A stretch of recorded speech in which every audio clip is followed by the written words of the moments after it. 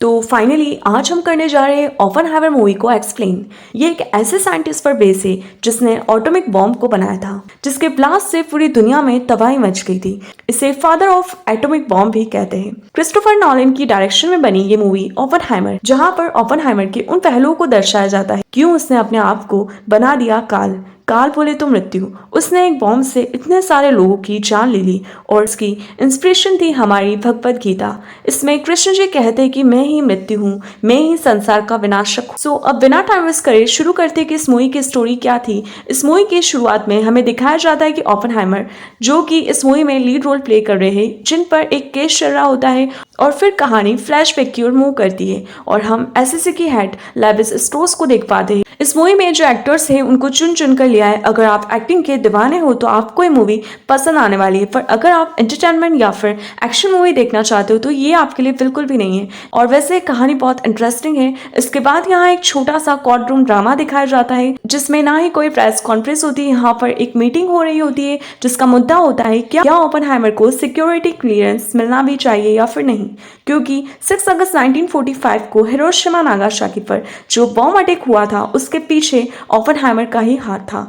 उनसे कुछ सवालात किए जाते हैं, क्या बचपन से ही तबाही दिमाग के थे। जहां से कहानी फिर से फ्लैशबैक में जाती है, उनके कॉलेज टाइम को दिखाया जाता है। यहाँ पर हम देख पाते हैं कि उनकी केमिस्ट्री की क्लास चल रही होती है, तब उनका ध्यान बिल्कुल भी फोकस नहीं होता है। उनके दिमाग में तब एटॉमिक एनर्जी घूम रही होती है कि कैसे क्वांटम फिजिक्स काम करती है। कुछ छोटे छोटे मॉलिक्यूल जो कि दिखने में बहुत ही छोटे होते हैं, ये हर रोज हमें दिखाई कैसे देते हैं। इस बीच केमिस्ट्री के प्रैक्टिकल करते करते उनसे एक बॉटल टूट जाती है। तब उनके टीचर उन पर चिल्लाते हैं और कहते हैं कि तुम आज की क्लास के बाद घर नहीं जाओगे, अभी बॉटल्स को अपनी जगह पर तुम्हें जमाना होगा।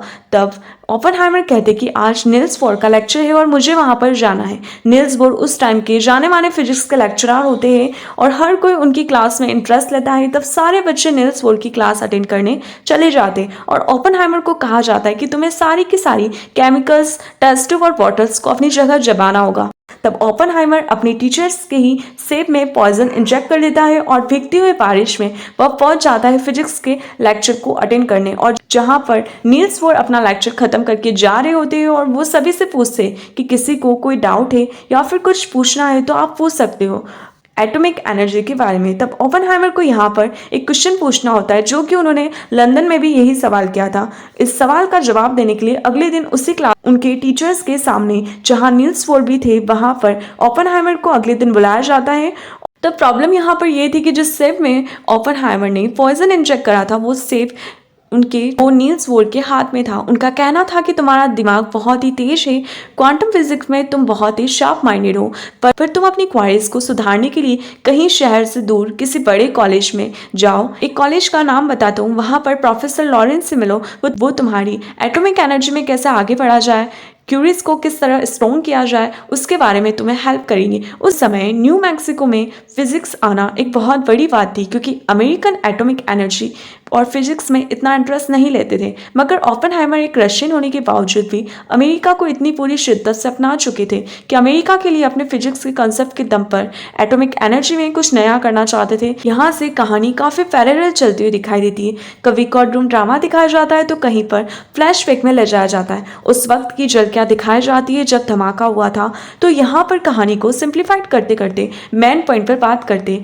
कि अमेरिकन और रशियंस के बीच में कभी भी बना नहीं करती थी। इनके बीच में काफी झगड़ा होते थे और इनके बीच की एक कड़ी थी कम्युनिस्ट, जो कि इन दोनों देशों के बीच में झगड़े को भड़काने का काम किया करते थे। एक दिन ऐसे ही कम्युनिस्ट की पार्टी में जब ओपेनहाइमर पहुंचते हैं तो उनकी मुलाकात वहां पर जीन नाम की एक लड़की से होती है और देखते ही देखते हैं ये दोनों आपस में क्लोज आने लग जाते हैं और इन दोनों के बीच में प्यार हो जाता है और एक सेक्सुअल सीन आता है। और यहाँ अगर ये मूवी इंडिया में रिलीज हुई होती तो कब की बैन हो चुकी होती, क्योंकि यहाँ पर हमारी भगवत गीता के कुछ लोगों का गलत तरीके से इस्तेमाल किया जाता है जो कि डिसरेस्पेक्टेबल है।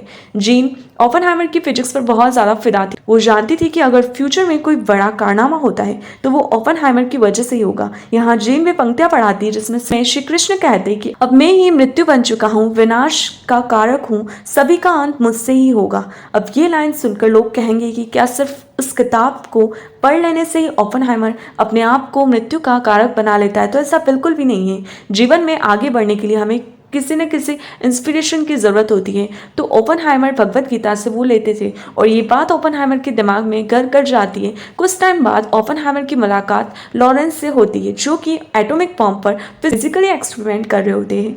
अब जहाँ कुछ थ्योरीज ओपनहाइमर की गलत साबित हो रही होती, वहीं पर फिजिकल एक्सपेरिमेंट धीरे धीरे कामयाब होते नजर आ रहे थे। बहुत साल निकल जाने के बाद यहाँ पर उनकी मुलाकात होती है किटी हाइमर से, जो कि अब उनकी वाइफ है, जिसके साथ उनके रिलेशंस काफ़ी बढ़ चुके होते हैं और शादी भी हो जाती है। उनके रिलेशंस जीन के साथ अब भी होते हैं। जीन मेंटली डिस्टर्ब थी कि वो चाहती थी कि ओपनहाइमर उसकी लाइफ में रहे, बट ओपनहाइमर बताता है कि ऐसा नहीं हो सकता है, मैं शादीशुदा हूँ।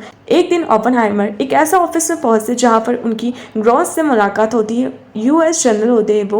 उनका कहना था कि रशिया से हमें कुछ गुप्त सूचनाएं मिली है कि वो भी किसी एटॉमिक एनर्जी या फिर किसी एटॉमिक बॉम्ब पर काम कर रहे हैं।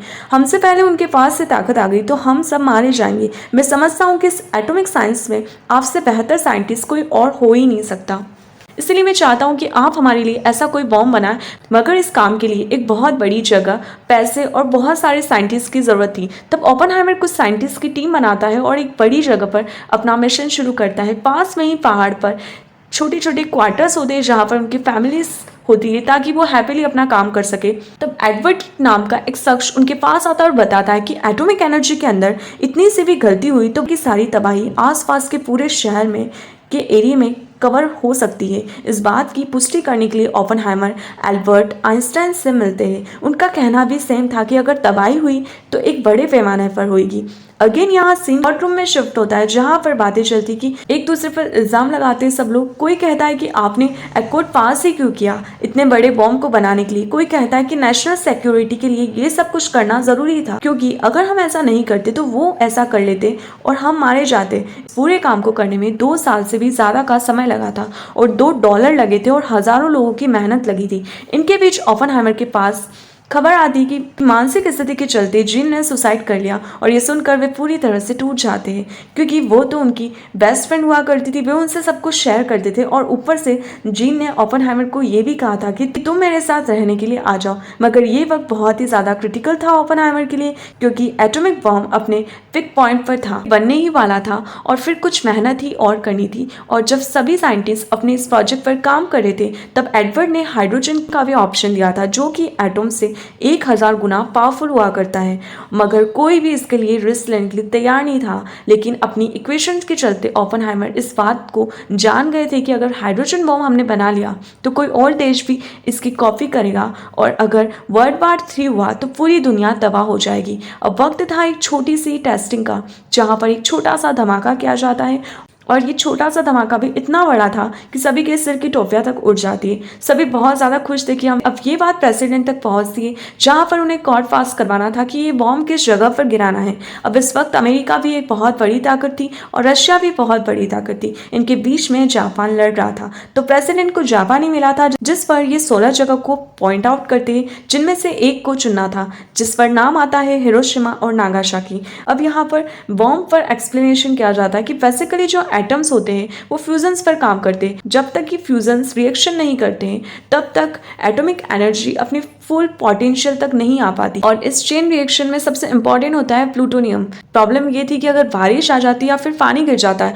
तो फ्यूजन्स रिएक्शन नहीं करेंगे। और जिस दिन इनकी फाइनल टेस्टिंग थी उसी दिन बरसात आ जाती है। मगर अगले ही दिन जनरल ग्रॉस को सारी इन्फॉर्मेशन दे दी जाती है, क्या हमने इतने सालों से जो मेहनत करी है वो सचमुच काम करेगी भी या फिर नहीं। सभी लोगों को होप थी कि उनका मिशन कामयाब, और आखिर वो मोमेंट आता है जब सुबह के 5:30 बजे होती है और बरसात थोड़ी सी थमती है। तब सभी अपनी सांसें थामते हैं और एक ऐसा धमाका होता है जिसमें सब कुछ तहस नहस हो जाता है। देखा जाए तो पूरी दुनिया का सिर्फ एक ही एटम बम का धमाका इतना खतरनाक होता है कि धरती हिल जाती है। अपने प्रोजेक्ट में कामयाब होने के बाद यूएस गवर्नमेंट अपने बॉम्ब को हिरोशिमा गिराने वाले थे। यहाँ पर मुझे लगा कि वो एरोप्लेन से किस तरह गिराया जाता है, वो वाला जो सीन होता है वो कुछ दिखाया जाएगा मूवी में, पर ऐसा कुछ दिखाया नहीं जाता है। सिर्फ रिजल्ट पर बात की जाती है कि बॉम्ब गिरा तब 2,20,000 लोग मारे गए थे। इस खबर से यूएस गवर्नमेंट बहुत खुश होती है, पर अंदर ही अंदर ओपनहाइमर इस बात से बहुत दुखी होते हैं। उन्होंने कितने सारी फैमिलीज को बर्बाद कर दिया था, पेरेंट्स से उनके बच्चे छीनने और बच्चों से उनका फ्यूचर छीन लिया। यह हादसा इतना भयानक और बहुत ही दर्दनाक था। ओपनहाइमर के सामने सिर्फ वही सब कुछ घूम रहा था। उसके बाद जब प्रेसिडेंट के साथ ओपनहाइमर की मुलाकात होती है और प्रेसिडेंट जब ओपनहाइमर की मीटिंग के लिए बुलाते हैं, तब ओपनहाइमर उनसे कहता है कि हमने इस टेक्नोलॉजी पर जीत तो हासिल कर ली, पर अब मैं चाहता हूँ कि हम इसका प्रोडक्शन यहीं पर रोक दें। ऐसा और देश हमारा मुकाबला करने के लिए और बड़े बड़े डेंजरस बम बना सकते हैं। अगर वर्ल्ड वार 3 होता है तो लाखों नहीं करोड़ों मासूम लोग मारे जाएंगे। तब प्रेसिडेंट कहते हैं कि इसमें तुम्हारी कोई गलती नहीं है, मैंने गिराया था बम, तुमने नहीं। फिर कहानी कोर्ट रूम ड्रामा की तरफ शिफ्ट होती है, जिसमें वकील, पुलिस, सारे के सारे साइंटिस्ट इस पर दलीलें देने लगते हैं कि आखिर कौन कौन कैसे कैसे जुड़ा है इस केस से, इस प्रोजेक्ट से, किसका क्या योगदान था। यहाँ एंड में दिखाया जाता है कि स्टाउट रॉबर्ट डाउन, जो कि एंटी पर्सनालिटी के थे, 2 बार ओपनहाइमर ने उनकी इंसल्ट क्या कर दी। ओपनहाइमर से बदला लेने के लिए उन्होंने ये सर्कमस्टांसेस बनाए ताकि ओपनहाइमर मेंटली प्रेशर में आकर एक ऐसा हथियार बना दे दुनिया का विनाशक हो। तब सामने कहानी में वो साइलेंट कैरेक्टर आती है, बेटी हाइमर, जो कि ओपनहाइमर की वाइफ होती है, और वो एक ड्रिंकर होती है जो कि हमेशा नशे में धुत रहती है। पर जब उनके पति पर बात आती है तो वो खुलकर बोलती है कि ये सारी साजिश लेविस स्ट्रॉस की है। फिर ओपनहाइमर को सिक्योरिटी क्लियरेंस मिल जाता है और ओपनहाइमर पर लगे सारे इल्ज़ाम भी हट जाते हैं। अब कहानी के एंड में एक छोटी सी कन्वर्सेशन दिखाई देती है कि ओपनहाइमर एल्बर्ट आइंस्टाइन से बात करते हैं। वो वक्त था जब हाइड्रोजन बॉम्बिंग को एल्बर्ट आइंस्टाइन को दिखाया जाता है। उनका कहना था कि ये तबाही का बहुत बड़ा रूप ले सकता है, तो कोशिश करना कि ये सारी चीज़ें यहीं पर रुक जाए और कहानी यहीं पर एंड होती है। आई होप गाइस आपको वीडियो पसंद आई। अगर आपको पसंद आती है तो आप वीडियो को लाइक और चैनल को सब्सक्राइब कर सकते हो।